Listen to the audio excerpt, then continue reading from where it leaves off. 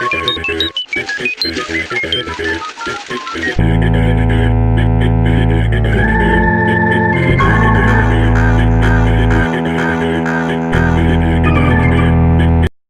Smart Learner, pada sesi kali ini kalian akan mempelajari tentang reproduksi manusia part 1 pembelahan sel. Tentunya kalian sudah mempelajari bahwa setiap makhluk hidup termasuk manusia berasal dari satu sel.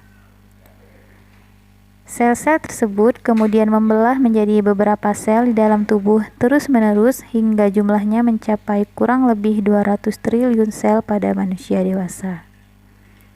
Sel-sel tersebut memiliki bentuk dan fungsi masing-masing, di mana sel yang memiliki bentuk dan fungsi yang sama akan membentuk jaringan. Kemudian, kumpulan jaringan akan membentuk organ. Lalu kumpulan organ akan membentuk sistem organ. Dan kesatuan sistem organ akan membentuk satu organisme yang sudah kamu pelajari pada kelas 7, yaitu tentang hierarki organisasi kehidupan. Dalam melestarikan keturunannya, makhluk hidup termasuk manusia melakukan reproduksi. Karena tanpa reproduksi tentu makhluk hidup di bumi akan punah, kan? Nah, berikut kalian akan mempelajari tentang reproduksi manusia, khusus pada part ini adalah submateri pembelahan sel. Mari kita simak bersama ya. Mengapa sel harus membelah? Setidaknya ada 3 alasan mengapa sel melakukan pembelahan. Yang pertama, sel membelah untuk melakukan pertumbuhan. Salah satu ciri makhluk hidup adalah tumbuh, kan? Kamu bisa bertambah besar dan tinggi dikarenakan sel pada tubuhmu melakukan pembelahan. Kedua, sel membelah untuk melakukan perbaikan. Kamu pasti pernah mengalami luka, kan? Saat tubuhmu terluka, artinya sel tubuhmu mengalami kerusakan. Maka sel tubuh melakukan pembelahan agar dapat berfungsi kembali sebagaimana mestinya. Ketiga, sel membelah untuk melakukan reproduksi. Pada proses reproduksi, diperlukan sel kelamin untuk membentuk individu baru. Proses pembentukan sel kelamin ini dilakukan dengan pembelahan sel.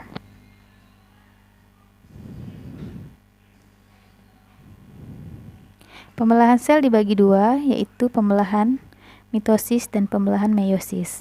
Seperti apa pembelahan mitosis dan meiosis tersebut? Pembelahan mitosis menghasilkan 2 sel anakan dengan karakter sel anakan yang identik dengan induknya. Jumlah sel kromosom sel anakan adalah 2N atau diploid, dan pembelahan mitosis ini terjadi pada sel-sel somatik atau sel tubuh. Sedangkan pembelahan meiosis menghasilkan 4 sel anakan, di mana masing-masing sel anakan memiliki separuh dari jumlah sel kromosom induknya. Jumlah kromosom sel anakan adalah N atau haploid, dan pembelahan meiosis ini terjadi pada sel-sel kelamin atau gamet, yaitu sperma dan sel telur. Adapun tahap-tahap pembelahan mitosis terdiri dari 4 fase, yaitu profase, metafase, anafase, dan telofase yang dapat disingkat PROMAT.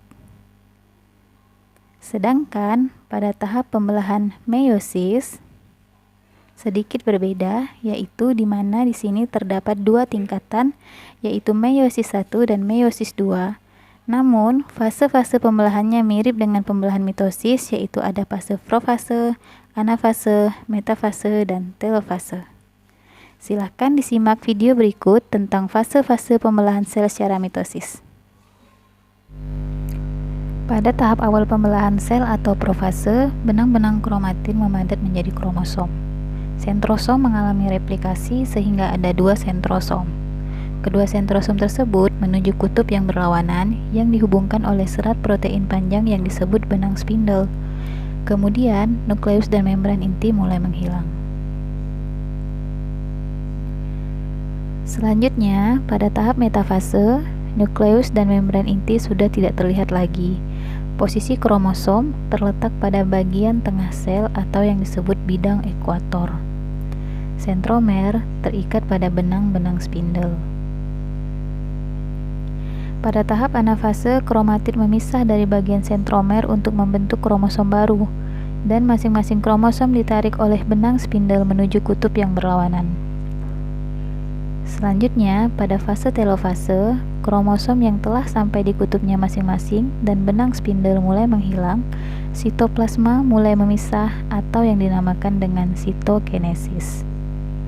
Membran inti sel juga mulai terbentuk di antara dua sel yang mulai memisah tadi. Disinilah terbentuk dua sel anak dengan kromosom diploid atau 2N.